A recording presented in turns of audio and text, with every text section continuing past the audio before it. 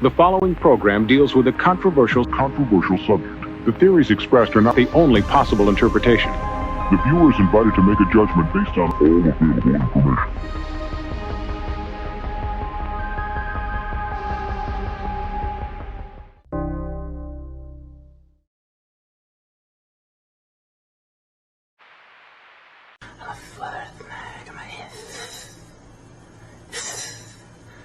Mag.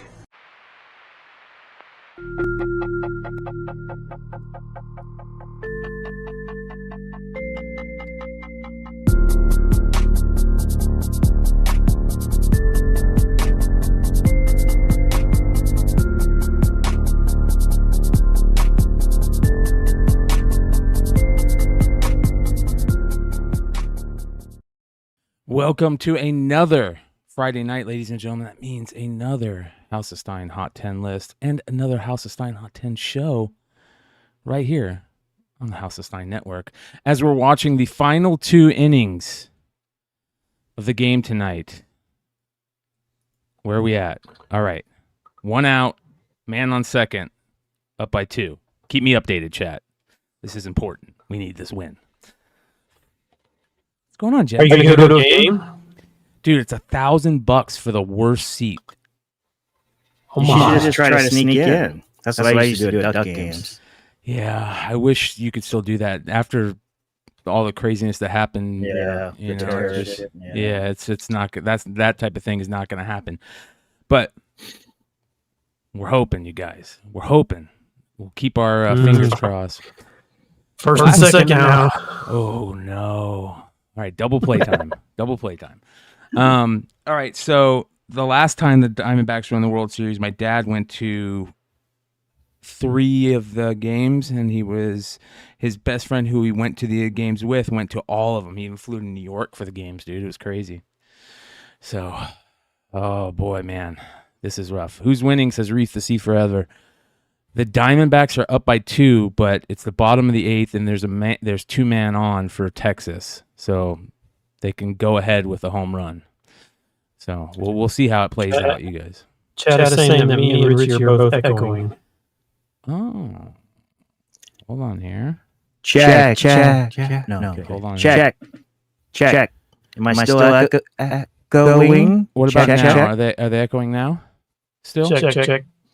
I don't hear the echoing. Check. Why don't I hear the Check. echoing? I know I don't hear anything. I don't Check. hear an echo either. Let me look at my settings.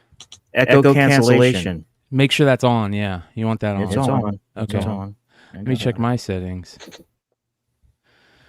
Chat, let us Mine's know. on. Check. Because we Yeah, sound chat. Still all three of us echoing. sound good. All right, hold on here. Hang on, let me What about now? check, baby. Check, baby. 1. Yep. All right. Maybe echoing and still echoing? Even still? I'm gonna jump in, jump back out. No. It's not you. Nope. It's not you. It's Okay. me. Yeah. Okay. Good now. Good now. All right. We're good. We're Sound all like good. sounds like my last relationship. It's not you, it's me. Yeah. Just kidding. There we You're the go. problem. Yeah, I'm the problem. All right, you guys. You know how we do this. It is by the dip. Starting off with a big book, and especially right now, in my opinion, if there was ever a time to heed the by the dip call, this might be it, you guys. Kanto, number 1, is on by the dip. What's going on with this, Stein? Ooh, man. And if I'm echoing, please tell me. No, you're good. Okay. All right. So this book in 9/8 peaked at 1,200. The third prints peaked at like 300, maybe for 9/8, something like that. A 9/8 of the third print sold this week for $22, and a 9/8 of the regular A cover sold for $270, which is the lowest since 2020 in the last 3 years. So So And that's a hard 9/8, right? yeah, because Like those, and they all have like a crease in the middle. So I thought that was a 1 in 10 that had that top left corner. So if you guys get a chance, go check out Comic Man Andy's Comic News Weekly episode last Tuesday. Go to Comic Man Andy's channel. Mm-hmm. We had David Boer and Drew Zucker on to talk because if you guys don't know, Kanto just got picked up by Dark Horse. So it was a great interview. David Boer and Drew Zucker are two of the best creators in the game. It was so much fun, and they talked about how crazy it was that when they finally got their book out, they were so excited to finally get the book out, and it just got destroyed by Diamond. Like they had to send back I think like 2/3 of the run. So the first print is very tough to come by in high grade because they sent back so many of them, and it was ridiculous. But this book was the darling of comic speculation for like 2 years. From 2019 to 2021. Yeah. Rightfully so. Killer story, amazing art, great character design, great creators. It was just IDW, man. Like IDW, for whatever reason, they just couldn't keep it going to I don't know what it was, man, because Drew and David are planned out. They're ready to go for stories, for days, storylines for days. So I'm really excited that they're over at Dark Horse because this is a killer IP. And I have a feeling that this is one of the books that's on By the Dip that we all need to go pick up the 9/8 copy of. I 100 agree. This is a smart buy. Good eye, Ben. Great eye. Comicron has this book at like 63 and change, 6,300 and change, not 63,000, 6,300 and change. So go figure, probably, I don't know, let's just say 10,000 and under. And there was a lot of damages. This is a good one. Bryan makes a lot of sense there. Yeah. So good stuff, man. Excellent stuff. All right. That is, great by the dip. 270 for a CGC 9.8. And the crazy, I just want to say this again. Go watch Comic Man Andy's Comic News Weekly last episode. It's a great show. Amazing all the way through. We had such a good time. So, yep, good panel too. Yeah, great original art we showed, and I mean it was just a fun episode. All right, moving on. Next on By the Dip, one of my all-time favorite books. Witchblade issue number 10, the Darkness number 0 Silvestri variant, first appearance of the Darkness. Such a great cover. You can find the gold foil variant of it. I'm jealous of you because I've never found it. This book got me. I was full on in to comic collecting when this series came out, and I went crazy for the Darkness, dude. And Witchblade. I mean, Witchblade was great, but I went nuts for the Darkness. I thought it was such a cool thing, and I thought this episode was so cool, how they did these variant covers, and it was a Darkness 0 issue. That was just so cool for me, man. I love this book, and I think that Witchblade number 1 and this book are great long-term spec plays, especially at $100 for a CGC 9.8. I wonder if Charlie Murphy owns this book. Darkness. Yeah, I don't. Was it like a year and a half ago, something like that, when like there was like they were like redoing something live action Witchblade, something like that? Didn't that happen? Was it the Darkness? Yep, it was the Darkness. That's why this book went crazy. Yeah. So like Bryan said, CGC 9.8s are down to $100, which is the lowest price in 3 years. Raws you can get for $10. Wow. $10. That is a steal. Yeah, for this book, because this is. I mean, while it's not like it's super uncommon, you don't like just see it like all the time. Yeah, I hardly ever see this in back issue bins right now. It's very rare. Be on the lookout for any of the number 10 issues. The Turner cover for this issue is great too. And there's a Wasn't rare. there? Yeah, I was gonna say, wasn't there like a weird signed one, right, or something like Dynamic that? Forces variant, a rare Dynamic Forces variant. So be on the lookout for that. Shout out to Nick Barucci and Dynamic Forces, and of course Dynamite. I can't wait to talk to him about Dynamic Forces one of these days. One of my all-time favorite comic book memories things is Dynamic Forces, the OG of the retailer variant, exclusive variant type thing, right? Yeah. So Definitely. love it. Witchblade #1. Be on the lookout for that one too. All right, moving on. Inhumans #5. Of course, the Yelena Belova issue, which is still a great character. I don't care what anybody says. She's probably top 3 characters in Marvel MCU right now. Like, she should lead the team, in my opinion, type deal. But, you know, I'm also in love with, what's her name? That plays her. Oh, okay. Pew. Yeah, Pugh? Florence Pugh. Yeah. Is there a newsstand of this? I know there's a newsstand of the next issue, but I've never seen a newsstand of this, and I've been looking, and I just want to make sure I'm not wasting my time. I don't remember ever seeing a newsstand, but that doesn't mean it isn't there. Yeah. Yeah, I was a little surprised.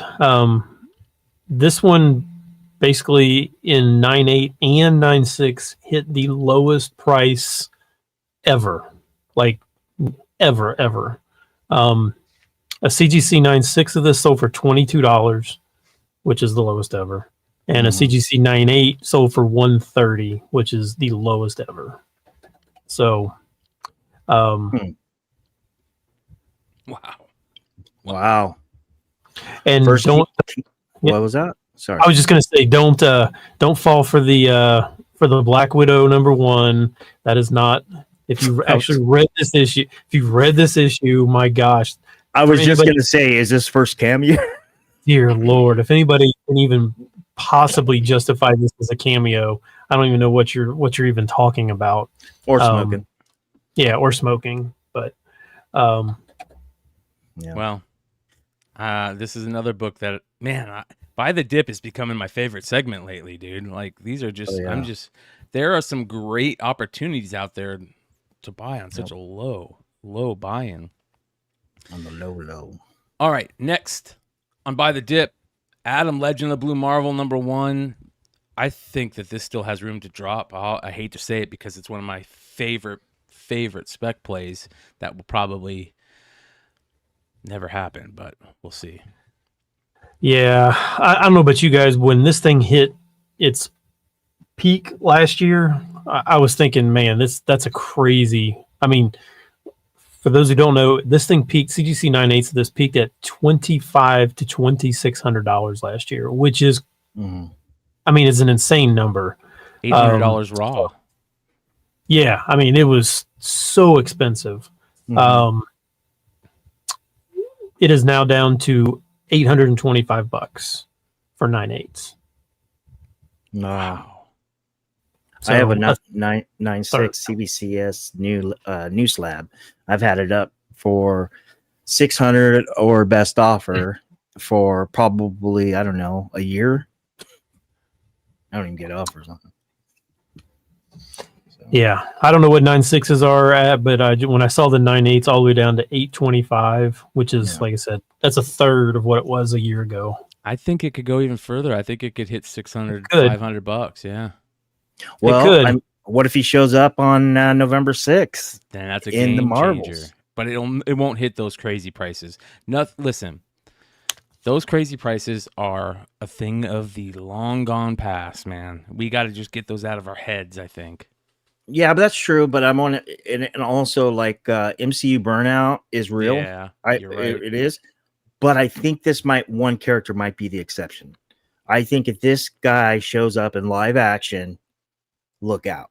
I think these books will actually do good. Comicron has this book at 17 and change. So let's just say about 20,000 out there. Not bad. It's pretty low for a Marvel book.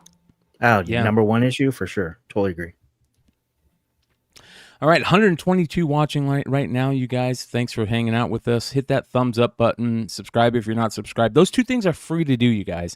And that's two of the ways you guys can help us the most.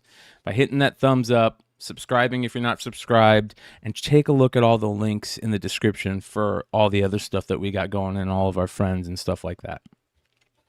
All free to do, all very easy to do, and they help us out a ton. All right. This is a cool one on Buy the Dip. This one is like a Buy the Dip almost 10 type thing. Rappin' Max Robot at Season 2. Now, Stein, there's something very interesting about this. You put up Season 2. Is this the right one? Yes. Okay. So this is crazy. I don't know if there was another one. There was. It's right here. This is Rappin' Max Robot number 1, the first appearance, okay? Which is, you got to be careful because there's a lot of fuckery going on with this book. So just do some research on it if you ever see it. But it is considered like the first hip hop comic type thing. It's a major issue, independent, self-published. Well, they also did that Season 2 issue, and look who's on the back. I think that's Keith Haring, if I'm not mistaken. Right? Is that a Keith Haring homage, or did Keith Haring actually do that? It says Pop Shop. It's a Keith Haring thing. It's not a regular. It's square bound little. I can't find much information on the Season 2 book. Yeah, I didn't know anything about this at all, and it's really weird. This thing actually like opens up it's almost like a map from like 30 years ago. Mm-hmm. It's really strange. Yeah.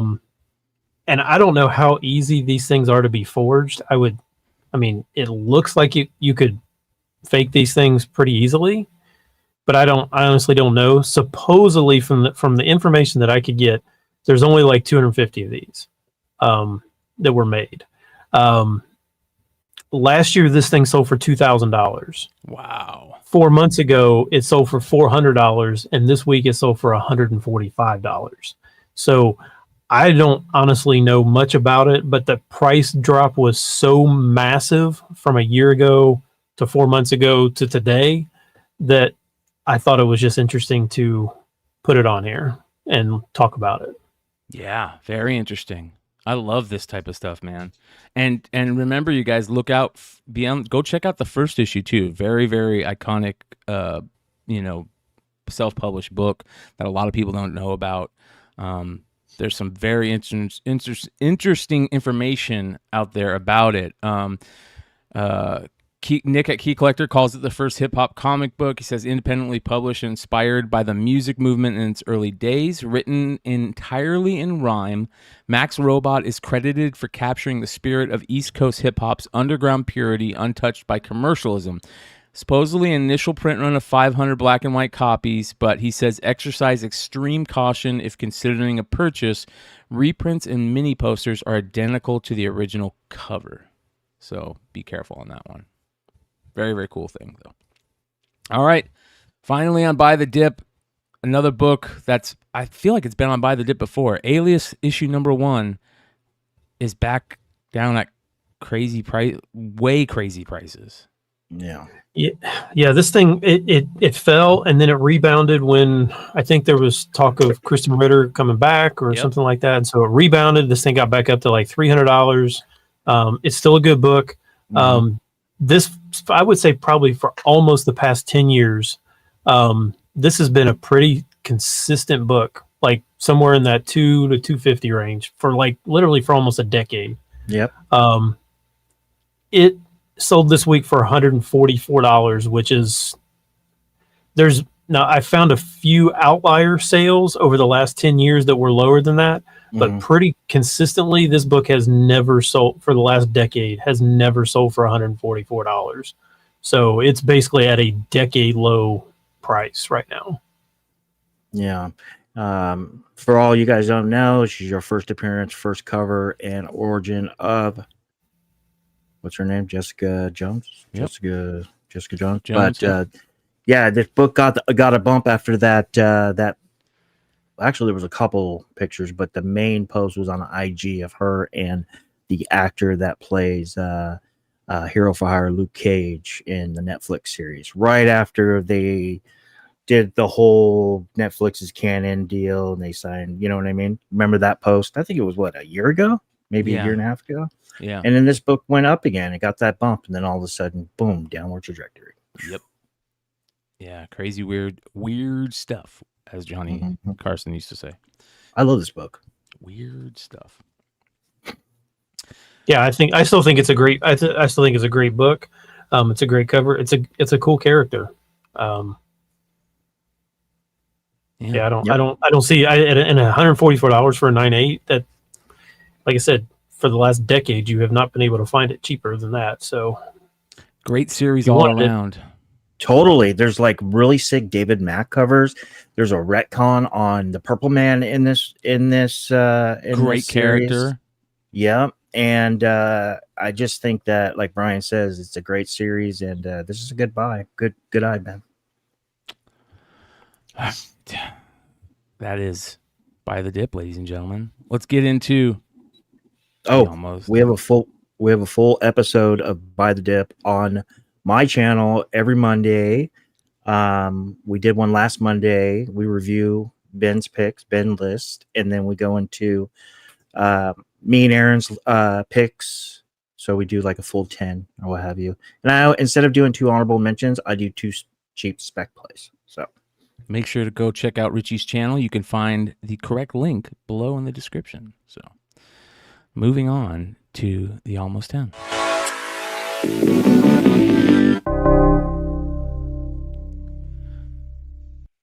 All right, here we go. Getting updates of the game. Go D-backs. We got a runner on first in the bottom of the 9th. We're up by 2. Cross your fingers, everybody. Starting off the Almost 10 with a interesting Tula Lotte cover from Alice Never After, issue number 4. This just came out. Alice Never After has been a pretty good series so far from what I hear. Some really great covers. Rangers just tied it. Are you kidding me?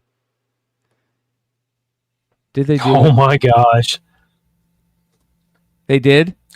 Corey Seager, 2-run homer. Oh, Corey Seager, Dad.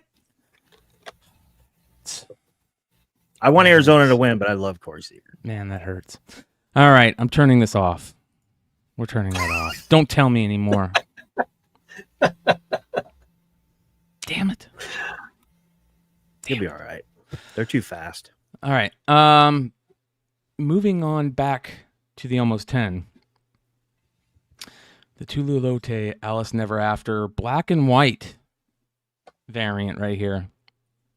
Do you like this better than the color variant? I was going to ask, that was the same question I was going to ask. I'm like, I couldn't, I looked at and I think it maybe is her hair. It looks blurred, and it's bugging me that her hair is blurred. Yes, I agree. I like the color. Black and white. Yeah, I like the color. The black and white sold out fast on a really big retailer. As we all know, I was sitting there refreshing. But yeah, it looks way blurred. That's interesting. And it's just like, I can't take my eyes off the blurred hair for some reason. Yeah, I'm with you. I don't like it. It just looks off. And it's just not the hair. It's also the arm. I don't get it. I don't get it. But it's selling, right? What's it selling for? Brand new book, 1 in 25? Yeah, it's selling for 30. So a little bit above the ratio. The color is the color an incentive, or is the color just a B cover? I thought the color was a 1 in 10. I thought so too. Okay, so it could be wrong. The color might be 1 in 10, and this is 1 in 25. I wouldn't hate this black and white version because it does have the spot hearts on it, which kind of adds something to it rather than just being just a generic black and white. But that blurred hair just is bugging me. Yeah. Maybe there's a reason. Maybe I'm missing the reason why falling. Her hair is blurred. Supposedly, yeah, she's falling. Yeah, she's falling. Nice. Well, that's what they call me. Bruce is saying she's falling, hence the blurry hair. Nice job, Bruce. So, but wouldn't that make the rest of her blurry as well? I agree, but maybe the hair is moving. That's why I don't know. Color is open to order. It is open to order. Oh, color is open to order. There you go. Mhm. Shout out James Kreider. Well, you guys let us know if you like this one or the color. I definitely like the color. Real quick, I want to say what up to everybody in the chat. 137 watching live. Shout out to Ronnie. What's up, Ronnie? Good to see you, brother. Same to Chad Cave, James Kreider, Awesome Sauce Radio. Adam, I didn't get a chance to hit you up today. I was super busy. I'm going to try and call you tomorrow, brother. Appreciate you. And then shout out to everybody else hanging with us. Shout out to Kyle. I see Kyle in the chat. Yeah. What up, Kyle?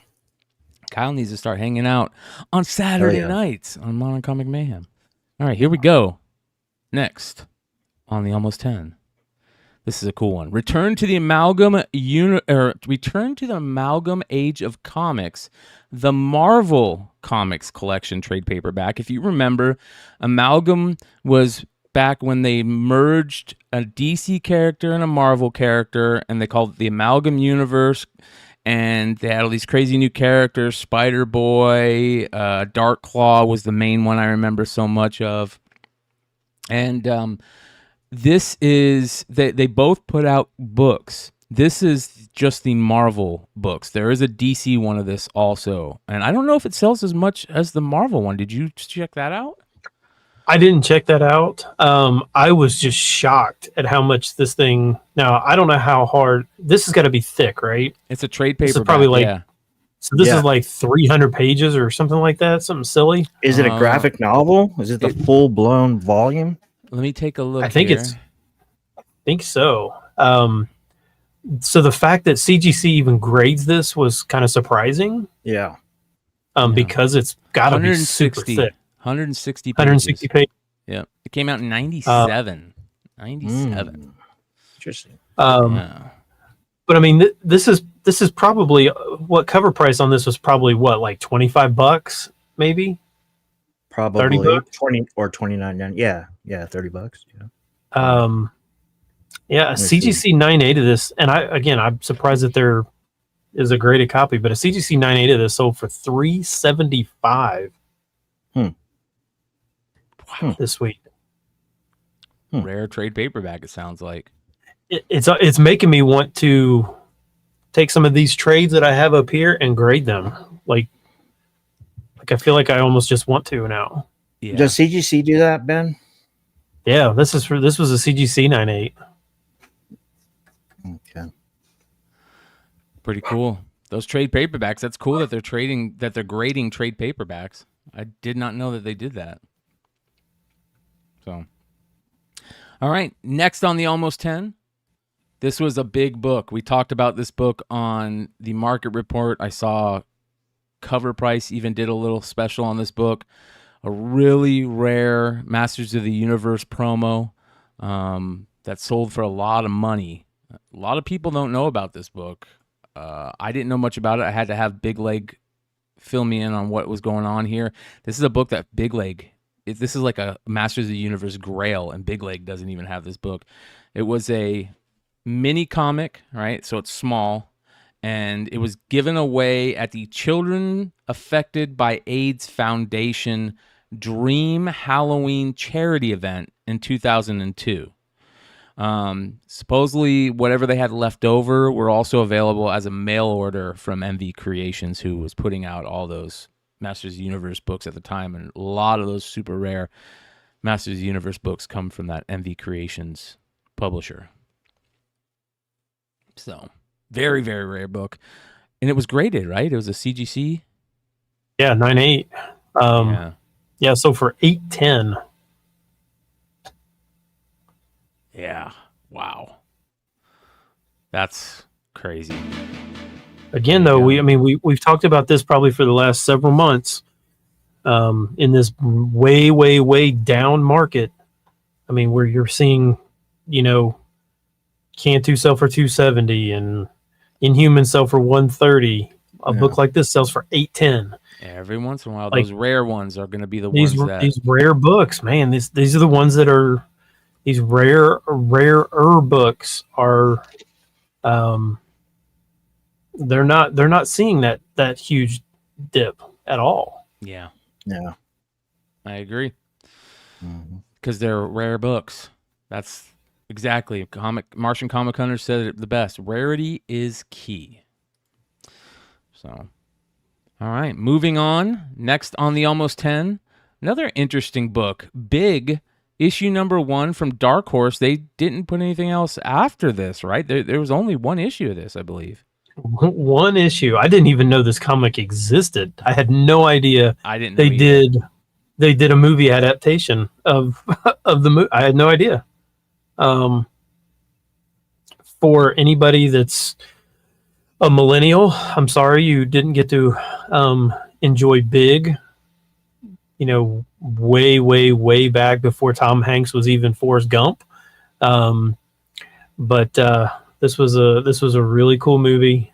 I still watch it. Yeah, cool movie. And I did not know that there was any graded copies, but a graded copy did sell this week. But it was only a CGC 9.4. I think that is the highest on the census. So I'll be honest, even if I thought that this book existed, I've never seen this book. So I don't know how hard it is to actually find. But that 9.4 sold for $125. So wow. Tough book. Clearly next time I go through some 80s back issue bins, I'm going to check to see if this book is in there. This was published in 1989, according to Cover Price. So, shout out to Cover Price. All right, moving on. Next on the Almost 10, the final issue of the Unbelievable Gwenpool, issue number 25. Of course, this has that gorgeous Bartell variant to this issue number. Great callback on the first appearance. Love that. I love when comic artists like put their covers and as comic books on the cover, do that weird fourth wall thing like this. I always collect those. DC has done it a couple of times. Grant Morrison loves to do stuff like that quite often. And you know, if you've never read this run, you'll love it. If you like Deadpool, you'll love this. Yep. Yeah, I didn't realize that this one was difficult to get. This one sold. This one was like before, it was sold for like $10. This week it sold for $25. So that's pretty decent for. This is only what. Can't be that old, right? This is probably only like 4 or 5 years old. Yeah, it was 2018. Yeah, 2018. Yeah, so it's not that old. Yeah. So 25. I agree with Brian though. The cover is so cool. It is. How she's like in they, the pool. They nailed it. Oh my gosh, they nailed it. This is first solo titled series for Gwenpool. If you go back to issue number 1, which dropped, I think, like a year, maybe a year and a half before, the 1 in 50 and the Scotty Young and the hip hop and the convention exclusive with JSC, they're all amazing. This is a very underrated series, top to bottom. Wow, very, very cool. All right, moving on. This is another interesting one. This is I believe a hardcover. It is Black Comics with an X, African American Independent Comics, Art and Culture by Mark Beatty, published by Mark Beatty Publications from July of 2010. Yeah, I don't know much about this one. All I know is the cover price on it was like $15 or $20 or something like that. And it sold this week for $200.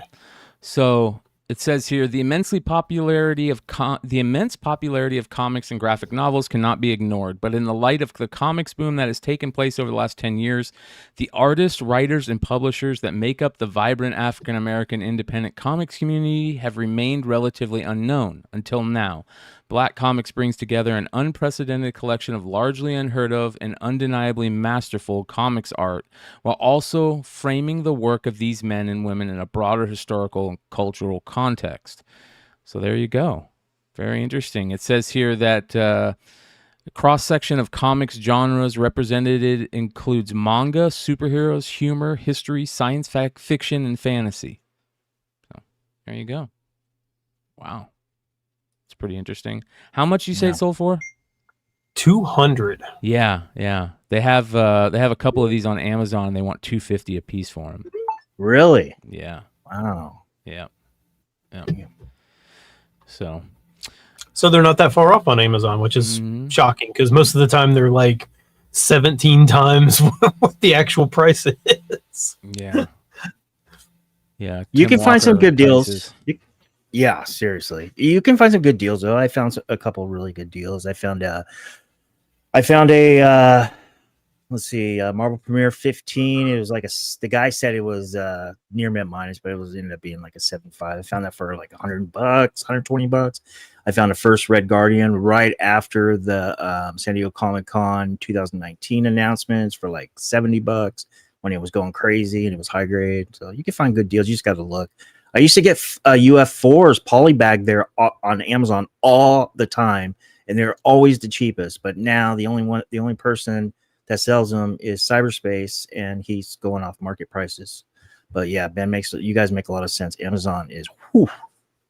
Yeah. All right. Moving on. We have Roku, issue number 2. I hope I'm saying that. Roku or Roku. Issue number 2. This is the Decal cover B from Valiant Publications in 2019. Very interesting Decal cover. Yeah. Yeah, I'm not sure what kind of yoga classes she goes to. Well, but man, that's quite the pose. Spread eagle. Brie Larson needs to take some notes. She is.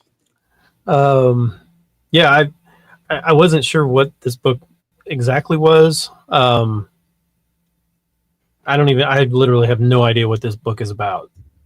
Do you guys have any clue? No clue. Roku is a TV, by the way. Yeah. Early Decal cover. Cover is what chat's saying. So, hey, Long Short, give us the goods. No, Long Short was in the chat earlier. He probably does know about this. Yeah, wow. I would think he knows about this. Yeah, I mean, this is just a B cover, Valiant. I mean, this is, but it's sold for $18. So, yeah, I mean, even if you hate Valiant, if you can find some of their cooler covers, it doesn't hurt to buy them. There's Mr. Longshort. He says super low ordered book. So there you go. Do people hate Valiant? I've never heard anybody hate Valiant. I've always liked it. I mean, not me personally. So before Dinesh left, and all those things, like when Divinity it was Divinity, right? That like everybody was going after that LaRocca, that number 1, and it seemed like every single Valiant issue that came out had like a 1 in 20 or 1 in 40 or something like that, and every single one of them would sell for like $300 or something. I mean, it was just insane, and people were like, "Why are people really buying these?" Like, it didn't make any sense, like. And then you would see like sales of like older Valiant issues that would sell, and you're just like, none of this makes sense. Like, nobody buys Valiant, nobody carries Valiant in stores. Like, who is buying these? Right. And then you found out that I don't know if it was true or not, but people were saying that Dinesh was buying a lot of those older Valiants back up, driving the price up on them because he was buying them back. Which I don't care. I mean, he can do what he wants to. It's his company, so he can. I don't believe that. That would be so stupid. I just don't see I don't see him doing that, wasting his time on that. If you know what I mean. I don't know. But I mean, you never saw anybody actually. Now, I will give it to Valiant the same way I give it to Bad Idea. The quality of the art, the quality of the paper, is second to none. I mean, their product is amazing. I mean, it's great product. I just don't think anybody had like this. I mean, I have no idea anything about this book at all. I don't know if Roku is a person's name. Is it like some kind of computer program? I have no idea. I don't know anything about it. I've only met Dinesh once, and it was on Brian's show, and he strikes me as a just not only a good businessman, but a really good dude. But from a marketing standpoint, like from a business and marketing standpoint, I don't think that's so far-fetched what Ben just said, because then that could create, oh, well, this book is out everywhere. It's hot, right? Does that make sense? Yeah. Like I mean, I don't. Even if he did, I mean, I'm not bashing Dinesh at all. I'm just saying No, that was not the at all. rumor. Not that at was all. the rumor going around. Right. Okay. Yeah. First I've ever heard it. But. So, all right, and moving on. And that's why people had a bad taste about Valiant. Yep. Oh, pretty okay. much. Okay. Interesting. Moving on to Black Angel, a verotic published book from 1996, obviously adult oriented. And those are some major pepperonis, baby. Extra pepperoni on that one. Dave Stevens. Yeah. Is all that anybody cares about. Mm-hmm. And is this like a prestige format book? Because it was a no number. It's listed as no number. So I don't know if this is like prestige. It looks like it, because I can see that. On the image, I can see that crease right there. Oh, down the left side? Yeah, on the down spine? the left side. Yeah, so I think it's square bound. Yeah. Prestige style. Looks like yeah, so I mean, kind of like with a lot of the Dave Stevens books here, probably over the last 6 months to a year, it's just another one that is harder to find, and definitely harder to find in high grade. And a CGC 9.8 of this sold for $360 this week. Oh, wow. Did you see the Dave Stevens creature that sold the other day? Look at this. No. Let's see if I can find this here. Oh, you showed it on the market report. Yeah. That's tight. That's tight. Absolutely crazy, dude. A creature magazine from Carl's Comics sold the other day. I apologize, guys. I'm going through this really quickly to try and see if I can find it. Oh, I remember where it was. It was. By the way, the market report rocked. Yeah, it was good. It was a fun one. But a Creature it was good Comics, and bad. A Creature Comics #1 sold the other day for like $300. It was raw. And if you guys don't know, Creature Comics by Carl's Comics, self-published Carl's Comics, first Dave Stevens art, professional art. It was drawn and created in 74, but not put out till 77, I believe.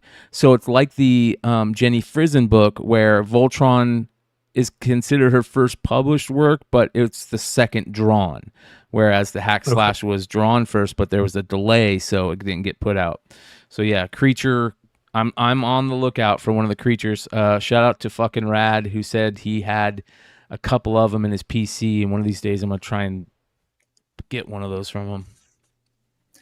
Is she lactating on the cover?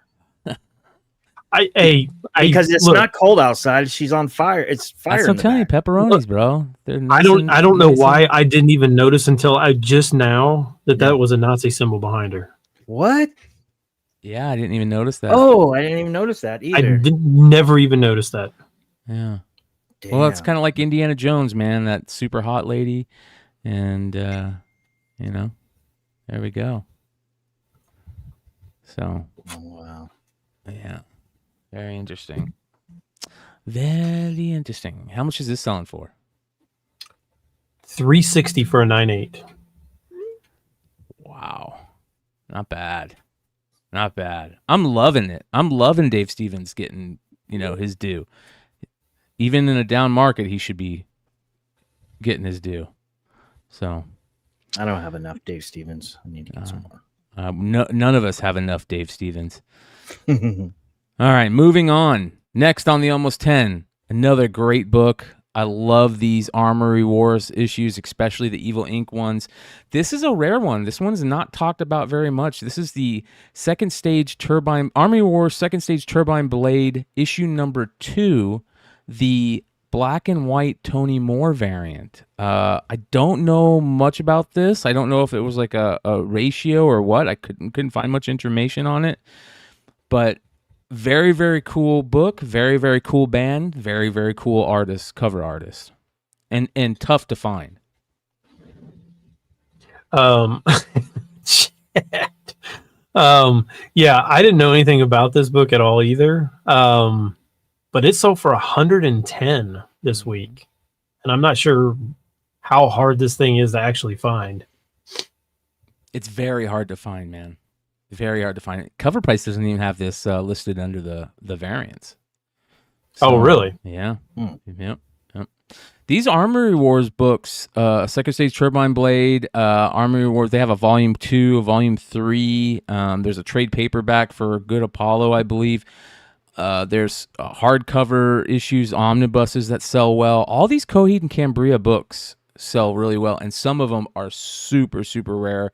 There's that first one that was self-published by the band and sold at their shows, and then Evil Inc. came in and reprinted it, which is super tough to find. So be on the lookout for any of the Coheed and Cambria stuff. I love these books, absolutely love them. And I remember, I think it was 2005. I was at San Diego and just walking around and an Artist Alley, and I look, and there's freaking Claudio Sanchez just chilling there, man. Nobody at the booth, nothing. And I'm like, and this is at the time when those Coheed and Cambria books are blowing up. They're going for like $200 a pop for the originals on eBay. People are just finding out about them. And he's like, yeah, I got a bunch of them right here, the original ones. He's like, do you want them? I'm like, yes. He's like, you want me to sign them? I'm like, yes. So I picked up 3 of them at Comic-Con in San Diego from Claudio Sanchez, sat there and talked to him about it. Nobody's standing around. And he was, and Coheed was like one of the biggest bands in the country at the time. So that's the great thing about old school San Diego. Even new school San Diego. It's nice to walk into certain cons and see those things like that. So Ryan Hayslip says that guy has the most annoying voice. I thought that too. The first time I heard Coheed, I was like, what is this garbage? And then I listened to their second album and I fell in love with them, dude. Absolutely fell in love with them. One of my favorite bands. Has a voice like the singer Rush, and I hate Rush. Moving on. No. This is a weird one. I can't find any information about this. Very little information. Mildred Lee, Space Station Schoolgirl. Self-published in 2004. Very, very tough to find information on this one, Stein. Yeah, so I agree. It's really hard to find. So I will just kind of start off by saying this sold this week for $150. The person who did sell it did show some interior pictures, and it's really interesting. Like, so it's got the cover. The first page and the last page is a notebook page. And then the pages of the comic are inside that. So the notebook, apparently, from I was trying to read on the description, all of them were all different. Right. And like so the notebook page, it would have different, so like this. And he like wrote, like what the book is on the notebook page. Super strange, but really inventive at the same time, right?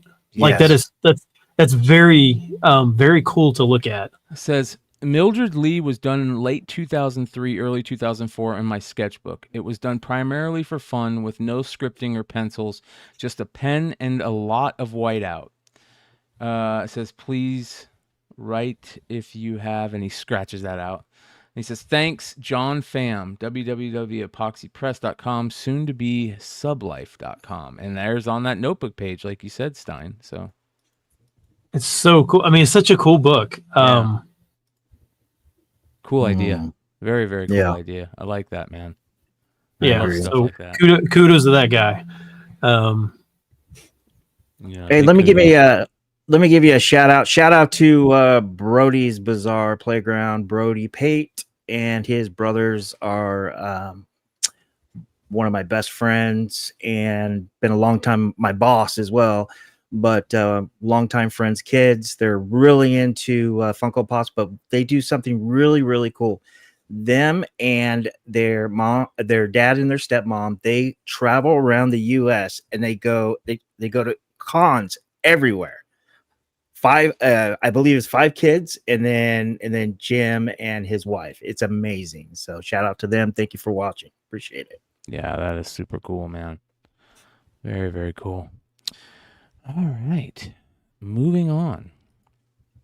That is the Almost 10, ladies and gentlemen. Make sure you come hang out with us every Saturday night for Modern Comic Mayhem, where we just go crazy. It is not your average comic book show. It is mayhem.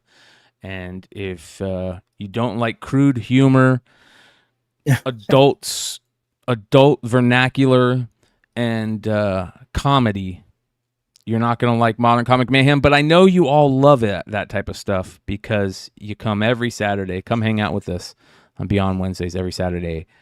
Tomorrow night for Modern Comic Mayhem. Link is in the description. All right, here we go, you guys. Moving on to the list. Yeah. Starting off with our Golden Age honorable mention, Falling in Love, issue number 1 from the DC 1955 series. This is okay. So this is technically not Golden Age. This is like the first issue Silver of just like, so I don't know exactly the date, but it does have the code. So the code stamp. So, and it was a number 1 issue. So I would assume this is the very, I know there are a couple code issues or that have the stamp that are still technically considered Golden Age. But it's right on that line. But Heritage had a romance auction this week, so which is kind of cool, which is different than what you normally see.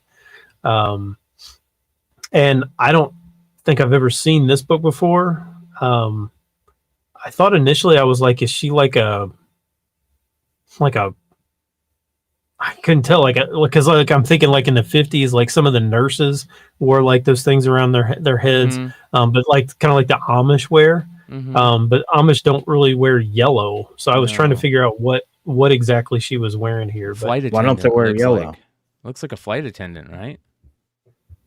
I don't know. I can't. Early flight attendant. It looks like an early flight attendant. Yeah, maybe a nurse, a night nurse. Maybe a telephone operator. I just thought it was. I just thought it was kind of a cool cover just because of the black darkness behind it. Yeah, I like it. It's nice. Yeah, kind of an interesting cover, but what is it sell for? Few sales. Yeah, very few sales ever on this book. But a CGC 8 of this sold for $2,900. Wow. So there is good money in those in some of those romance books if you can find the right ones. I want to say I have something Love, the final issues of Something Love by that DC did. I can't remember. You're in Love or something. I gotta look for my romance books because if they're selling like this, holy cow. Let's get in it. Yeah, but you're not going to grade them anyway. So, yeah. Have you graded that Punch 12 yet? It's on its way to. Okay, I think you told me it was on its way like 3 months ago. This time it's actually. Are you walking there? No, this time it's actually ready to be put in the package. All Hood has just got to tell me is. Like, I'm worried. Here's my only thing. I'm worried about sending it in the mail. Like, so I'm just so scared about that, man. But I'm going to do it. I'm going to insure it, send it to Hood, and I'm sending a ton of stuff to Hood. I've got a Fantastic Four 48. I've got a Punch 12. I've got a bunch more Golden Age stuff. Thanos 13, Albuquerque. I've got so many books and then I've got 25 books going to Big Leg too. So, yeah, man, we'll see. No, nice. I'll let you know when it gets there. Moving on. Daredevil issue number 1. This is the Aaron Cooter second print, 1 in 25. Here we go. Let the hate begin. Starting off. Okay, so this one really threw me for a loop because I was looking at the first print, Mm-hmm. and it's the exact same cover. It just has the number and the barcode. Okay. So it's not even a Virgin now because they left the title on there. Mm-hmm. They just took out the barcode and the issue number. So I'm I'm good like, with that. I mean, maybe that will lead to them taking out the barcode and the issue number permanently on front of books. We need to have a image and a sound for Cash Grab. Yeah. Good call. Seriously. yeah. Yeah, 50 plus on this one. But again, I think the cover is so similar to the first print of the same cover. I mean, other than the barcode, it's almost just like the Walmart variant, right? Where they just took the barcode off of it. And they're like, oh, that's the Walmart variant. If somebody has this, I would like to know what the back cover looks like of this. Yes. For sure. If it's just like one of those gray ones that they have where they have all the barcode Names. and all that stuff on the back. Yeah. I would be interested to know that.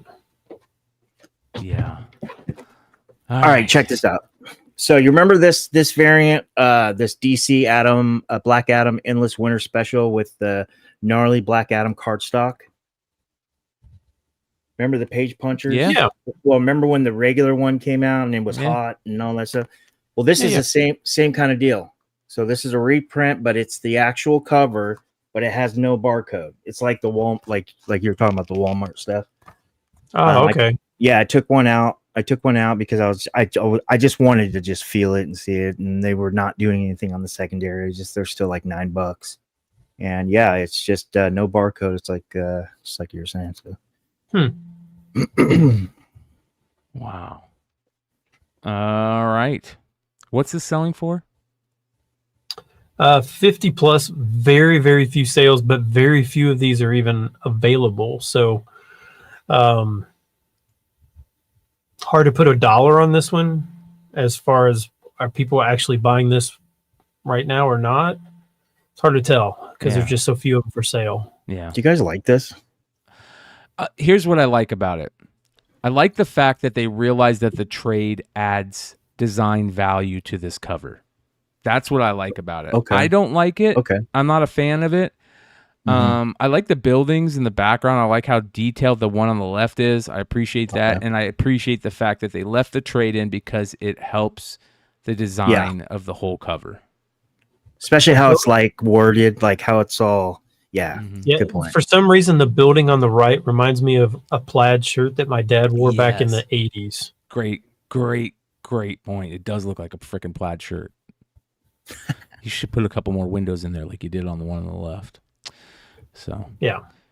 All right. Moving on, you guys, to the list. Starting off with the number 10 spot, a Jen Bartell Captain Marvel cover. This is Captain Marvel issue number 1 from this week. It's a 1 in 100 Jen Bartell Virgin variant. And Jen Bartell's great, but I'll be honest, this isn't the best Jen Bartell, man. No, it's not. 2 first appearances, though. First appearance of the Omen. It's a Herald of the Undone. And first appearance of Uni Yang, which is a thief in possession of the Negabands. Yeah. Oh. Is there any title that has as many volumes as Captain Marvel? Captain America. No. I think this is volume 12. Captain America. Captain Does America. Captain America have that many? They have a lot. I wonder Like who there are has the so many most. volumes of Captain Marvel. Like, does anybody buy Captain Marvel at all? Yeah, Or I buy it. I buy You it. know what's I love sad about Captain Marvel? I think the hate for the actress that plays her has just damaged the character to a whole. And it's such a good character, dude. She's a super powerful character. She was a great character before that first movie came out in theaters and the backlash started happening. The character was just amazing. Everybody thought how great the character was. She was like the most powerful Avenger. This is going to be great. And man, as soon as Brie Larson got the backlash that she got, for whatever reason you want to claim it is, the character just took a crap, man. Yeah, it looks like Captain. Oh, sorry. Go ahead, buddy. Oh no, go ahead. It's like Captain America does have a volume 12. Imagine it's probably. Of course, Captain America has also been around since Moby Dick was a tadpole. Yeah, and Captain Marvel, the first volume came out in what, the 70s? 60s, yeah. But I mean, put me in the class that I did not hate the first Captain Marvel, or I did not hate the Captain Marvel movie. I didn't hate it either. I didn't. I liked it. I liked it. I like Captain Marvel. I really liked the 2019 series. I thought it was killer. I thought Kelly Thompson absolutely killed it. But this is a new writer, so I don't know. Hence the new characters. But we'll see. But this one's a 1 in 100, selling for 110, so slightly above. But I don't know if there was.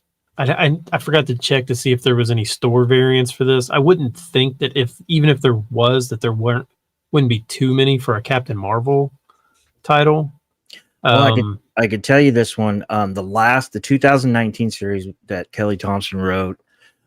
First, Ripley Ryan is in number 1, which in number 8 she becomes Star. The Comicron's got that book way over 100K, and there were tons of variants for that book, including tons of store variants. So I don't know about this one though, with the way the market is and stuff. But yeah.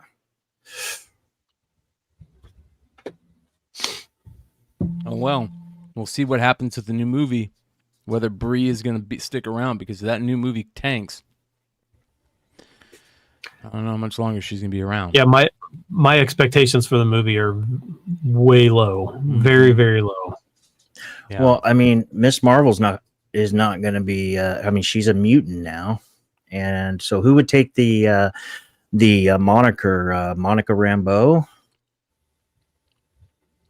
Think so? Yeah. Brie Larson is in a series right now. I'm watching it. I don't really like Apple TV, like their whole agenda, but not that I dislike it or disagree with it. It just feels very forced. But she's actually in a really good series right now. It's called Lessons in Chemistry, and she's a chemist. She's also a cook, and it's really cool. So I would check it out. You kind of see another side to Brie Larson, but you also see that whole the feminist side as well, which a lot of people don't like. So yeah, I think she probably got a bad rap and all that for the most part, but yeah, that's what being in Hollywood is. Absolutely. Game over, huh? Sounds like game over. Texas just won. All right. Oh, really? Yeah. Oh, shit. Yep. Moving on to number 9. A book that we haven't talked about in a long time. Sons of Anarchy, issue number 1, the gold foil, 1 in 20, Mr. Mayhem variant from 2013 is back on the list. Origin of Jax Teller. Yeah, this one shocked me. I'd forgotten about this series. I'd forgotten about this book. Mm-hmm. It was still actually amazingly still selling for like $50. Really? Yeah. But this week it is now $150 book. Wow. I might buy this book, dude. For 150? Not for 150, Not but for 150, for 50. Yeah. For 50. Yeah. I agree, Brian. because this is a cool book, dude. Those Sons of Anarchy photo variants on this book are tough to find too. Those red ones. Mm-hmm. I love Sons of Anarchy. What up, Yee? I love that show so much. What's going on? Hi, I got Yee. spared to come back this week. No, I'm just joking. I just got out of the band practice. Got in here right as McClay is going to crash since Texas had the walk off. Yeah. Did you say? Did you say you were just got back from band practice? Yes. Oh, nice. Wait, Oh, we found a weed? drummer. No, I'm just kidding.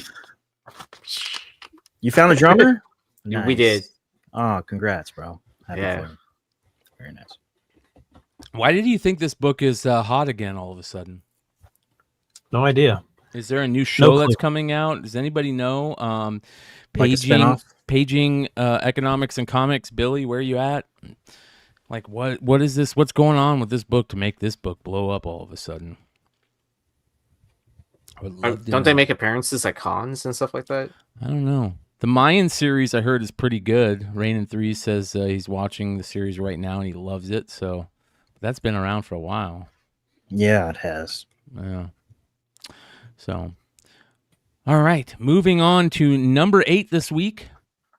The book that I really thought was probably going to be in the top 3 right the week it came out. Amazing Spider-Man number 36, the Art Adams 1 in 25 Black Cat variant. Yeah, I was thinking this was going to be selling for much higher than it is. Yeah. It's only selling for like 30 to 35. I don't know if it's just the fact that almost every single one of these Art Adams variants looks exactly the same anymore, right? They all look the same. Yeah. Well, Kind of a have you seen bummer. the? I think they're Have you sketches. seen- It's like a bust. Like they're all busts, right? Have you seen issue 37? Yeah, the Mary Jane one. Mm-hmm. Yeah. It looks exactly the same too. So I mean, I figure like most people have caught on to this game, then, right? Like buy these and you'll make money. But now everyone's playing.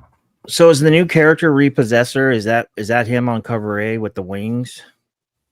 Yeah, Chat, that's let me- so. It's not a wings. That's a statue. It's just a great Ed McGuinness design cover. It's a statue, but he's in front of the statue. You know, like What the is he little- doing? The weather Is he, vane. is he He's- repossessing Peter Parker's car, or like What? his name is the Repossessor? Who? The new character? Yeah, Well, horrible Peter's name. Peter's like he's going crazy. He's just going evil and shit. So, I'm it's talking about the supposedly- name of the new character. Oh, That's I what I'm got talking you. about. Oh, I It's got you. horrible. Well, they see. couldn't use Repo Man because that's already Right. a movie. So Brian, you're So- saying it's like almost like an alter ego in his head. I don't know. I haven't started reading it yet. Somebody was just telling me about it the other day, so I said I'm going to start reading it because it read sounds tonight. really, really good. It sounds pretty Yeah. brutal, and I'm looking forward to it. So I'm actually going to start reading the storyline before, where everything starts kind of going out of hand, which took place right before this issue. So, Gotcha. how much was this selling for again? 30 to 35. Wow. Yeah, I felt like Yeah, it should have been at least double ratio. Yeah, so not much better Yeah. than what you would expect. Yeah. All right, number 7 this week. This is interesting. A You know, Kickstarter that's anything above hardcover. ratio. Yeah. So, is Stein okay? Stein's playing catch up, or am I playing catch up? It's one of us. Am I behind? It's either me or you. I think it's Stein by like a half a second. Okay. This is Faust, Love of the Damned. It is a Kickstarter omnibus hardcover that came out in June, and so they must be somebody must have read one, and they're selling they're selling them on the secondary market. It sounds like. Yeah, so if you go and check out, if you go to Kickstarter, because I had to look this thing up. Faust. Every time I see Faust, I think of Mel. Mel. Yeah, that's all I think about. But you can see there over on the right, the omnibus, 772 backers. That was the print run. $125 was the buy-in on this for this hardcover. That's amazing art. Yeah. Oh my god. 500 pages. Yeah, huge thing here. This says it looks like they're all signed. Yeah. It says signed, limited to 777 copies. I'm not sure where the extra maybe 5 people bought 2. That's the only thing I can think. Yeah. So $125 buy-in. A couple weeks ago, this was $300. This week is now $400 to $500 for this. Oh wow. Yes. Wow. So if you're one of those 772 people that took that $125 risk, it looks like it's going to pay off for you. Hell yeah. There we go. That's how to make money in a down market. So, for all the Foss fans out there that are finding out about this now, they're bummed. Maybe you weren't really fans. 180 you watching live right now. Hit that thumbs up. Subscribe if you're not subscribed. Thanks for hanging out for all the live people. If you're catching this on the rewind, drop a comment. Tell us what you think of the show. Check out all the links in the description. Come hang out with us on our other channels that we do. You can find all those links in the description below. Moving on to the 6th spot this week. Very, very cool book. Universal Monsters Dracula, issue number 1. This is the Rodriguez 1 per store Lunar Thank You variant. I don't hate this cover, but I think there's a couple of the other covers that I think I might actually like better. The Scotty Young one. Yeah, so best. This was I mean it is the 1 per store. Which it feels like a year ago, like there was a 1 per store like on every single book that came out, and then like it feels like for the last year there's not been very many. Like there's been very few of these 1 per store variants, but this one had a ton of sales. So many of them sold this week. Pretty much was in the $30 to $40 range. But there were a ton of them that sold. Now, are these original stories by Tinian? I believe so. Let me take a look here. What's a Tinian book, so it'll sell. What's it called again? What's the name of this? Real quick. Dracula. Universal Monsters. Universal Monsters. Dracula. Universal. Came out this week, right? 1 per. Mm-hmm. Yeah. All right, let's find out what this is about. I just realized it was Skybound, so that makes sense of why it's not a 1 per store Virgin cover. And it feels like Boom, right? All right, here we go. There's 9 variants of this thing. Wow. All right. Come on. Hurry up, Internet. All right. It says, mini-series premiere, the biggest names in comics resurrect the most iconic monsters. The Department of Truth creators James Tynion IV and Martin Simmons reteamed to tell a new tale of the monster who started it all. When Dr. John Seward admits a strange new patient into his asylum, the madman tells stories of a demon who has taken residence next door. But as Dr. Seward attempts to apply logic to the impossible, his surrogate daughter Lucy begins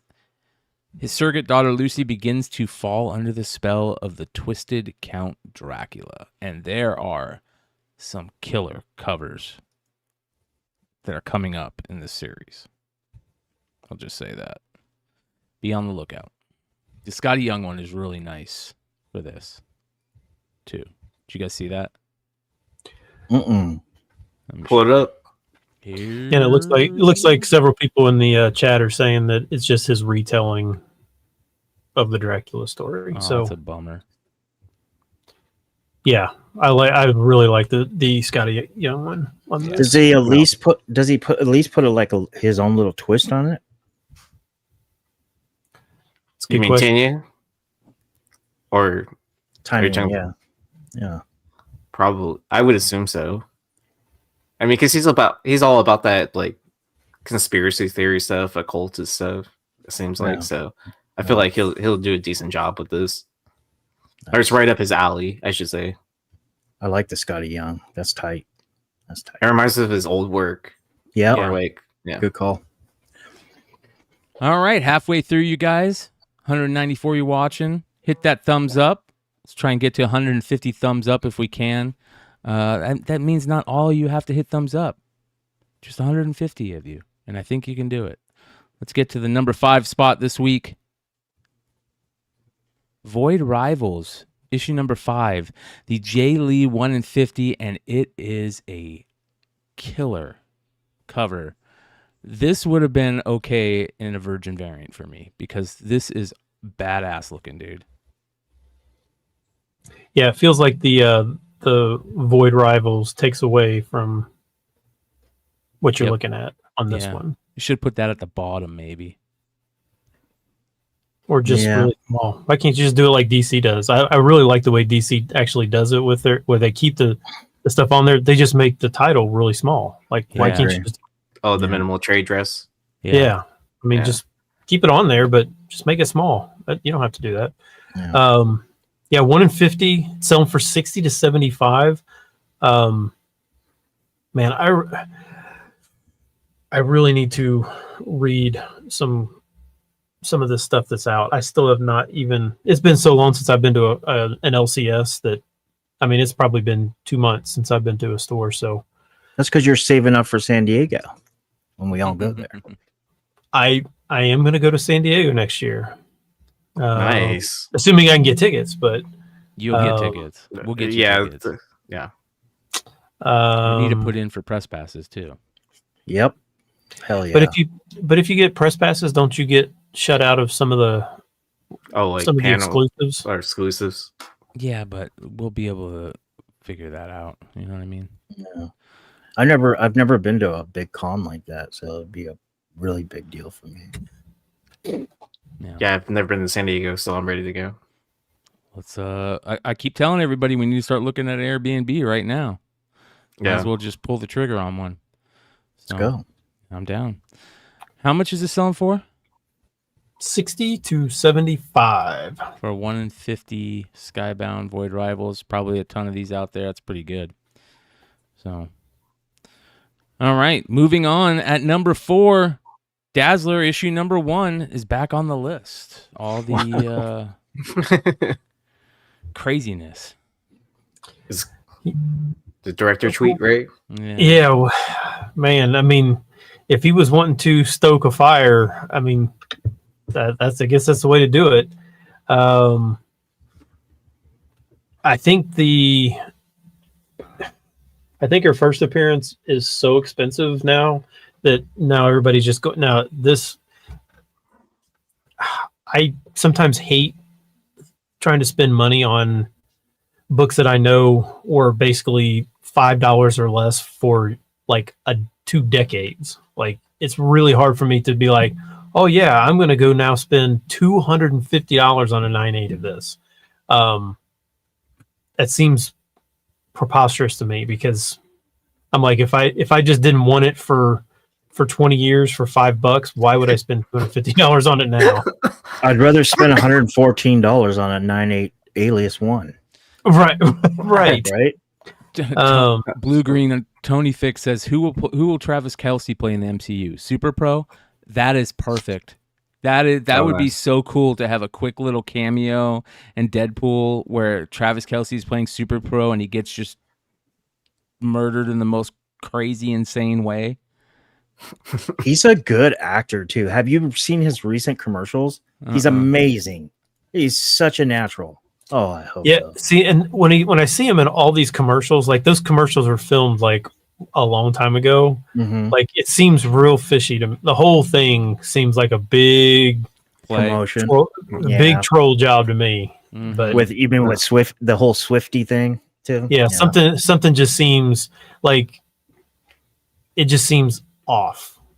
Like they're just trolling people or something for publicity. But I could be wrong, but who knows? Yeah. But anyways, yeah. And I would say the error version of this sells for a little bit more, maybe 10% more. So there's a slight premium on that, but don't go crazy if you find the error version. That was the only reason why I collected this book was because of the ad errors. Like just because I like collecting error books. Yeah. So what's the error? The ads in the back are black and white. I think it's pages 24, 25. Thank you, Recalled Comics. But instead of it being in color, it's just black and white. Gotcha. I love error books too. Yeah. Yeah. How much is it selling for again? 9/8s are now up to, they were selling for like 200. Now they're up to 250. Wow. I wonder what Raws are. What are Raws selling for on this thing? Is there? There has to be like 500,000. I know, dude. My comic shop had them the last time we had this on the Hot 10. When I went over there to my comic shop and they had like a bunch of them for $4 for VF. I mean, VFs. When they say VF, it's usually like a 9 out raw. So, yeah. All right, you guys. 3 more to go. 206 watching live. Hit that thumbs up. At number 3 this week, we've got Arcbound issue number 1, the ash can that they gave out that they had at NYCC. Now, this is interesting. So there are 5 covers to this metal ash can variant that they gave out at NYCC. And you guys will see all 5 here as this goes along. But Tom Hardy was there to sign these, and a lot of the ones that are selling on eBay are signed, and they look super cool signed. Yeah, and these are all selling. All the different covers are all selling for about the same. They're all selling for about 120. I don't know how many of these they made, but kind of across the board, they're all selling for about that same price. And are these now? These like the descriptions all say metal. Are these actual metal or are they just foil? They're metal, I believe. I think they're actual. Okay, so they are metal. Let me double check, but I think they are metal. Here's a little teaser about the series. If we want to take a quick look here, I don't know much about this. Let's take a look here and see. So it's not a panel. Can you guys hear that?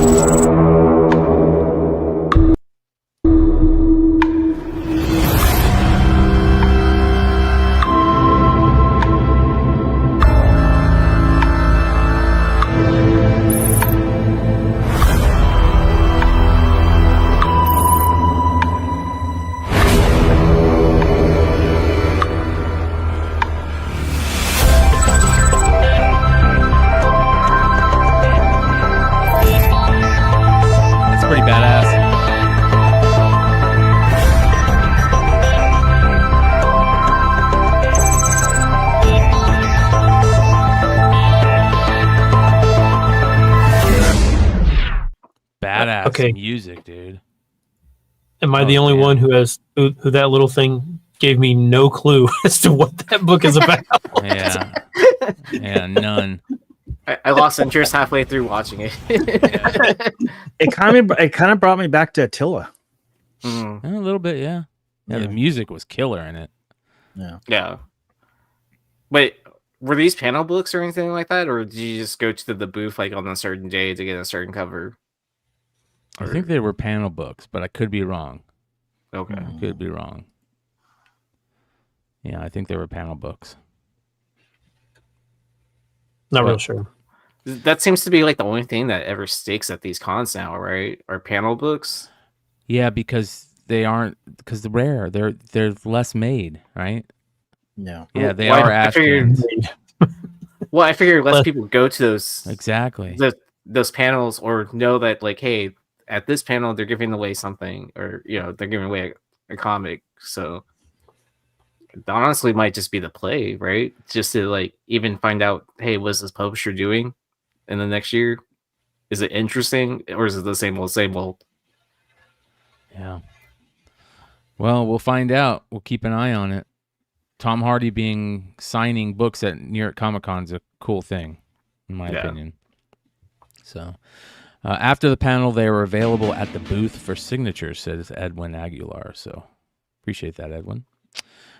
Plushy Bear, just subscribe. Thank you, Plushy Bear. We appreciate the subscription. All right, moving on. At number 2, this one makes me angry, man. Wolverine number 37, the second print Capullo black and white 1 in 25, which basically looks just like the San Diego Comic-Con variant. What are they doing? What are they thinking? I don't even like it.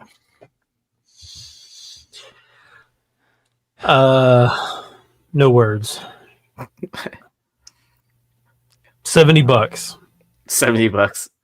He still looks like he's falling out of the helicopter or whatever. Yeah, but he's still falling. Yes, skydiving, I guess. Yep. I think He's this still is he's Hans Gruber in it. I think this is one of Capullo's one of his worst covers. I agree. It's not that great, man. I mean, what we're used to with Spawn and the DC covers, I mean, this is trash. But even his worst covers are better than 90% of the other artists out there. That's Crazy. True. That's true. Well, this is like night and day to the Frank Miller Wolverine cover, right? Yeah. Yeah. Oh, yeah. I was just... Dude, Aaron, you read my mind. I was literally looking at that, not listening to you, and it just like I just processed what you said. I was going, dude, that looks like old Frank Miller. Well, I was talking about, have you seen his new shit, Frank Miller? Yeah, it's like this. trash. Yeah. Like, yeah. That's a bummer, but people are paying for it. Yep, just another money grab. I agree, Barbarian. I agree. We need an image and a sound for that. Yeah, we'll figure it out. If I'm saying the same thing Dennis is saying, I think I've been hanging around him maybe too much. Oh man. Oh man. Dennis Jr. Oh no. All right, here we go, you guys. The number 1 spot of the week. Marvel Zombies Black, White, and Blood, the Del Auto 1 in 100 Virgin variant, which is also very subpar in my opinion. Well, before you give us the price, I just want to tell you, I tried so hard to get this book on Wednesday, and I couldn't find it anywhere in any shops less than $165. So, I wasn't going to go to eBay for it. So, what's it selling for? It's about what it's selling for. That's pretty much market. So, looks like it's between like 150 and 160. So 165 is pretty much on par. I like it. I can't tell what is the story about? I think it's a Black, White, and Blood series, right? So it's just Marvel Zombies, and they're just. So the Marvel Black, White, and Blood series is basically just we were talking about an earlier book before, has no association, but a retelling. The Tiny Inn, we were talking about that. This is just a retelling of Marvel Zombies, but whoever's writing it, I think there's an assortment of writers for different issues, put their own twist on it. I could be wrong, but that's how the Black, White, and Bloods usually work. It says here, an all-new era of Marvel Zombies. The undead plague starts here, and it won't stop until everyone's in its clutches. The first of 4 action-packed, utterly original, glorious, gory anthology issues feature Daredevil, Spider-Man, Moon Knight, and many, many more Marvel heroes and villains beset by ever-growing zombie hordes. In a brutal, blood-stained world, can hope survive, or will creeping, gnawing, shambling horror win out? When I look at this, I think Terminator, because that arm. What did you guys think No, of the that arm looks so cool, though. Yeah, it looks so dope. I have one question about this. Real what quick. did you think about the Miss Minutes one? I liked it. So on the Del Auto one, is that the rarest Del Auto that we know to this date now? That'll never I get old. I know. Oh man, I don't know what to think. I don't know what to think. Cash grab, cash grab, cash grab. That's what I think. Well, all right, you guys, let's go take a look at last week's comments before we call it a night. Man, My I favorite failed part of the again. program. This is 3 weeks in a row. I forgot to comment. Oh my gosh. This is what happens when you're sick all week. Yes. So, yeah, by the way, tell them how crazy your week has been, Stein. yeah. So for those who know me and have listened to me over the years, I've had issues with kidney stones many times. So this was another one of these weeks that I have had them. But I was able to get rid of them. And I say them because I passed this many at one time this week. So, Fun. Dude, yeah, it was poor brutal week for me, but Yeah. Poor guy. Well, I'm glad I could entertain you by opening cards and mispronouncing names. hey, I loved it. You had a good box though. I know. I was You had a actually good pretty box. shocked. Yeah. What was it? I hit Minus a- flashbacks. Yeah. Mm, Yeah. interesting. I almost bought another box right after that. I probably should have. All right, here we go. Comments from last week's episode, starting off with Into the Void UK, who is just has an amazing IG account. Make sure you follow him. He says, just caught up on this. Thank you so much for the shout out again. Really appreciated it. Hopefully catch you guys live soon instead of being asleep. Fabulous show as always. Appreciate you, brother. Keep doing what you're doing. All About Comic 77 said, great show. Tracy Duchesne said, holy shit, Brian pronounced my last name correctly without bumbling it. Thanks. Nice. Now, nice. if it was Yee, that would be a totally different outcome on that. Yeah, I can't even like the text is so small. I can't even see what it says. She also I'm not even says gonna try. she also says the Sir Anthony Hopkins comic was selling well because he is or was doing a rare signing soon. Great information. Now, see, that would be an autograph I would probably like. Yeah, I agree. I think that'd be a cool one, especially on that cover. She Yeah. also says, where is Bluto's right arm? Why is he missing an arm on that Popeye On that Classics Popeye. book? Yeah, I don't remember that. We'll have to go back and look at that. Visible Vince says, what are all these selling for again? Hey, that's my line. The CCB says the signed Moonman ashcan was given out to the retailers who were at the Lunar Breakfast on Thursday morning. Kid Cudi was there as well. They asked everyone to not say anything until their panel on Saturday. Saw 2 news articles on it that day. So that's cool. That's cool. Even though they couldn't get it, keep it quiet. DK Ravens 3 says, let's see. Edge of Spider-Verse 2 paid $3.99. My copy is a 9.0 or 9.4 since I read it. Any sale would still be good for me. Great point. It's all about what your buy-in is. Jim Cameron says, has anybody else checked the prices on Dark Horse Presents 137 lately? I wanted to check to see if any DHPs were creeping up in price a little since I've got almost a complete run and was shocked to see this one getting 100 plus for raw copies. Just wondered if there was a movie in the works or something to justify the highs this is seeing. Thanks and love the show, you guys. Those later print runs of Dark Horse Presents are really tough. There's a really tough Goon one in there in those later print runs. What is 137? I can't remember. Is that the first Buffy? Which one is Dark Horse It's a Presents Nazi. It's a 137? Nazi. It's a Nazi cover. Oh, Predator Oh. versus Nazis. interesting. Wow, $100 on that one. That's crazy. Let's take a look. Wow, look at that cover. That's freaking cool, man. That is a killer cover. There we go. Not bad. All right, moving on. OJ Pimpson says the Decal Killmonger isn't a victim of declining market. It's a victim of unethical practices at Diamond. According to Comic-Con, this book was scarcely ordered, around about 17,000 in total in 2019. When Mel sold that raw for $1,000, there were a total of 13 graded copies of this book on the census. A month later, a single submission of 22 copies of this book came through CGC. This is verifiable by serial numbers. These books were then dumped on eBay, but interestingly not through a single retailer.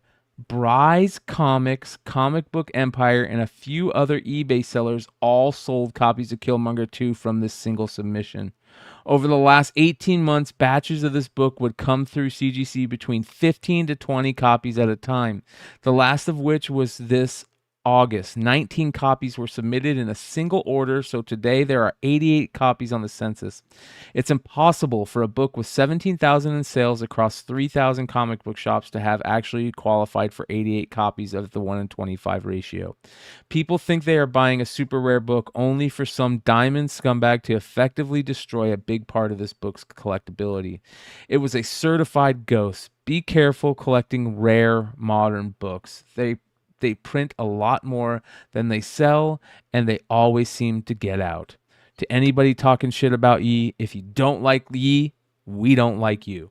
This Fuck yes. was a Yes. Hall of Fame post. Shout out to Sweet. Heineken. Yeah, great shit. Hell yeah. Send us your address, please. Yes, that was excellent. What a post. Man, Yeah. that is interesting. Drop the Yeah. freaking mic on that one. Hell Yep. yeah. The Cat's Pajamas Collectible says, if they haven't already, Skybound needs to do a G.I. Joe blank sketch covers with just the explosion background. Oh, that'd be cool. Yeah, that's a good idea.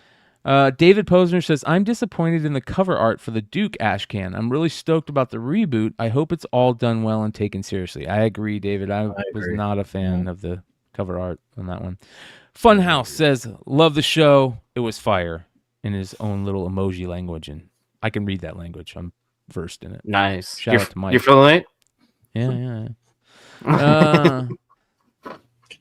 Mojoverse says, I don't see doom and gloom when I look at the market these days. I see a market that is down for right now. Markets ebb and flow. There are books that are down now, but still up over the past few years. Man, I wish I was that. I don't know. I see it as the market. I see it as a market correction from just skipping out COVID years, going back to that point on, and then it going back to normal, right? Yeah. Like a reset, I guess. Yeah. Nick Dula says, collecting in the 40s and 50s, both my parents collected stamps and coins. The spoon thing was a hit. Also was a hit too. So were sports cards. Huge. Comics, as you guys said, not so much, but there were some. Most folks were rebuilding from the Great Depression and World War II. The only thing of value back then was land and precious metals. Great post. Mighty Melv says, the metal was limited to 25 according to the dude at the Masses booth. Well, according to everybody else, it says 50, so we need to figure out what's going on with Massive. So probably 50 times 25. 5,000. Where's Hood? Gamma T and Gamma T and KY Pop. KY Pop. Yeah. Unfortunately, the Spawn was my sale. I bought this originally at cover price back in the day. It went to fund my Strange Tales Dead Man first appearance CGC7. That is cool too. Congratulations. Not bad. Yeah.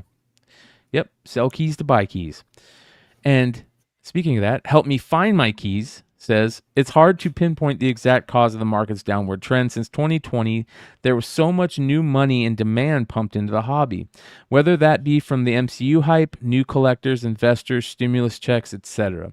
With people losing interest in the MCU and other stronger markets emerging, i.e. cards, I think there is just less money and demand to go around. Like many of you said, it's a great time to be a collector of comics. If you truly love the medium and plan on dying with your books, this is your time. If comics are also an investment for you, take a look at pre-pandemic prices. If there is still an upward trend from those prices, you're probably all right. Lots of peaks, valleys, and gradual growth with most long-term investments. There you go, Yee. Yep. Leverage Comics says markets down across the country. I am in technology sales and companies are being way more cautious with their spending. I saw things slow down in 2023 for my comic sales and my work sales. Excuse me. But I'm still selling tech and comics, so it can be done. You just have to be a professional and adapt. Great point. Be a professional and adapt. Canadian Survivalist says Kid Cudi, Mr. Rager on Netflix rocks. There you go. Leverage is back and he says, I love this show. Don't miss a week. I do think Hood brings up a good point. We need to stress that one sale does or does not predict trends. Yes, Spider-Verse 2 is trending down, but one-off auctions are the ones that are going for less. I think it would be very helpful to show the data as auction sales was, but average buy it now is. Was this, but average buy it now is this. That would give us much better indication of the market for a particular book. Yeah, I think we should point that out more often. Kirby Carpenter says, great show. Let's see if Stein responds to comments this week. All comments do need responses. See you guys next week. Challenge accepted. Hey, you made it within 6 days, so that's before a week, you know? Yeah. Right? It's like out. I think James that counts, DeVito right? says, love the show as always. Keep on keeping on. Thanks, James. Leverage says again, for the person who thinks Yee and Hood are the worst part of the show, I have to completely disagree and say they are some of the best parts of the show. Amen. Oh, sweet. Thank you. Agreed. Jabez Creed says, great show, folks. Great comment. Jabez Creed. Mike Check 1 says, excellent episode. Loved hearing all the guys' honest views on the current state of the market. Suffice to say, I smashed that thumbs up. Much Heck yeah. appreciated. Vanguard, Mr. Vanguard says, good show as always. Thanks, fellas. Appreciate you. Matrix Comics says, must be noted that the Crow 1 9.8 book was off-white to white pages. No way that goes for less than 8K if it were white pages. He's a generational character and an absolute blue chip book. Also, Caliber Presents #1 has a Tim Vigil cover. The book is Outlaw Comics royalty. And Blood Sausage says, great point. I agree. What do you guys think about the scam that is off white to white pages and white pages? Oh, whether to pay for a premium for white pages? Because it's a scam. I mean, the whole thing is a scam. Right. When you see like books jump up like from like off white or whatever to white pages. Right. Well, no. Why do you say yeah, it's a yeah. scam? Well, because how many times have we seen a half cover or no cover? Well, not a no cover, but a half cover of a Bronze Age book, and the freaking splash page is like brown and it's getting like off white to white or white pages. I've seen it multiple times. Or please explain to me how modern books that have no white pages They at have all. no white. There's no white. How are they white pages? Color gloss. Like it's, yeah, exactly. It's They a need scam. to fix that. They need to fix that, by the way. It's a scam. Jabez Creed says the reason y'all do buy the dip is because keys don't sell low unless the interest is scaling back. Now, it doesn't mean the market is dead, just like Richie said. It means it's a buyer's market. It is a buyer's market. And BJ Novak says, interesting. I've become used to first appearance books being the hot books. Now it's all just random books. No rhyme or reason, no flow, just variants and covers that I have no idea. This has been going over a year. Yeah, it's been weird. It's been weird the last couple months, especially. All these Very, second very print, weird. Yeah, these second print, 1 in 25s and all that craziness. So Very interesting. So, that being said, all 163 of you, thank you so much for hanging out till the end. Please hit that thumbs up if you haven't yet. Come hang out with us tomorrow night, 10 p.m. Eastern, over at Beyond Wednesday's YouTube channel for Modern Comic Mayhem. I don't know what we're going to be doing yet, but I guarantee it's going to be crazy, because it always is over there. At some point in the show, we got some crazy stuff going on. And you never know who's going to show up on Modern Comic Mayhem on Saturday nights. Trust me, you don't want to miss it. That being said, check out all the links below. Go check out the recent Spec Media Buy the Dip video with Yee and Richie. They did an excellent job, and it was a lot of fun to watch. If you haven't seen it yet, make sure you do. You can find the link below. Go check out Yee's band. He's going to be playing a show in Austin soon, so make sure you guys check that out if you're near Austin and anywhere else in Texas where they're going to be touring, and score some merch from them. They've got some really dope shirts that they need to make in fat sizes ASAP. Yeah, we haven't re-upped church yet. So, but as soon as that happens, you and Kyle are on the list to get big guy sizes. Oh yeah, that's what I'm talking about, baby. All right, you guys, thanks for hanging out. We got a lot of things coming here over the next couple of months. We're going to be upping our game and trying to, make all of our content better and more exciting for you guys on multiple levels in multiple ways. And I am going to say it because I want to put it in motion. We want to get you guys some cool shirts and merchandise as soon as possible. So I'm going to try and start working on that in the next couple of months. And I know Stein is also really stoked to try and maybe start doing some of that stuff. And I think it'd be a lot of fun.